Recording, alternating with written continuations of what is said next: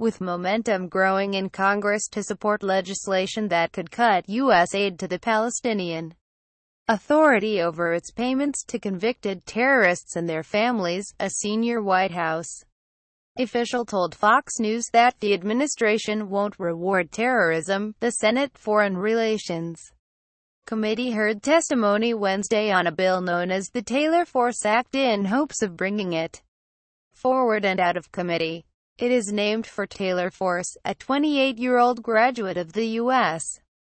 Military Academy and Army veteran who was fatally stabbed by a Palestinian terrorist last year as he walked with friends in Tel Aviv on a tour of Israel. While the White House official would not say if President Donald Trump would sign the bill if it reached his desk, he warned that the U.S. is not wedded to a deal at all costs. The bill's sponsor, Sen.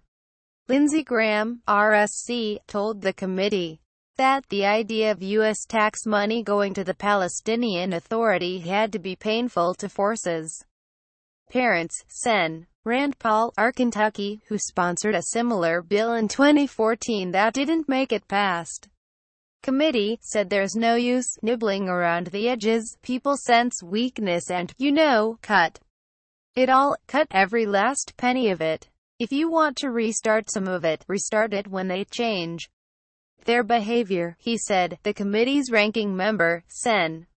Benjamin Cardin, DMD, said the Palestinians simply must end payment to terrorists. It's an incitement to violence. Cardin said President Trump helped convene a meeting in Saudi Arabia to stop the financing of terrorism.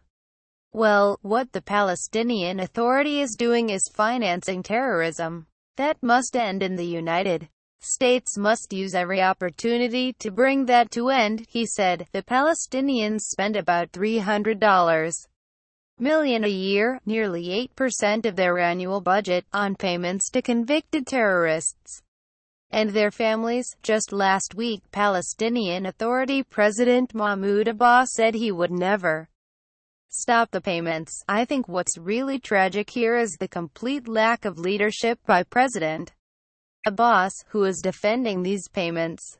I think he has an opportunity to explain this to the Palestinian people, and he has instead dug his heels and he's defending the system, said Elliot Abrams, a former senior official under President George W. Bush. Also testifying was former U.S. Ambassador to Israel, Daniel Shapiro, who served under President Barack Obama. Shapiro asserted that the payments incentivize murder. He added that the Palestinians are sensitive on the international stage, so diplomatic pressure against the payments could be effective. The Palestinian leadership is, I think in many ways, is more sensitive to its international reputation than to suspensions of aid. So Ambassador Haley, who has been very outspoken at the United Nations, should raise this in the Security Council, and European and Arab governments should be lobbied to raise the same concerns about prisoner payments, he said.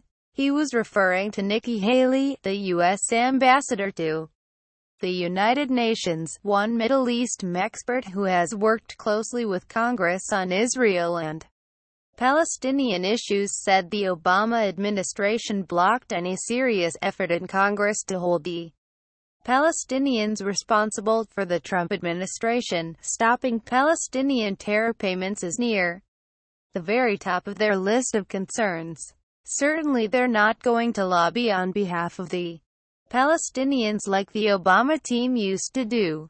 So Congress is now going to take the actions against Palestinian terror incitement that lawmakers on both sides of the aisle have long wanted to take. Sen. Bob Corker, R10, chairman of the committee, said his panel would be voting very soon on the Taylor Force Act. Ben Evansky reports for Fox News on the United Nations and International Affairs. He can be followed at Ben Evansky. Ben Evansky reports for Fox News on the United Nations and International Affairs. He can be followed at Ben Evansky.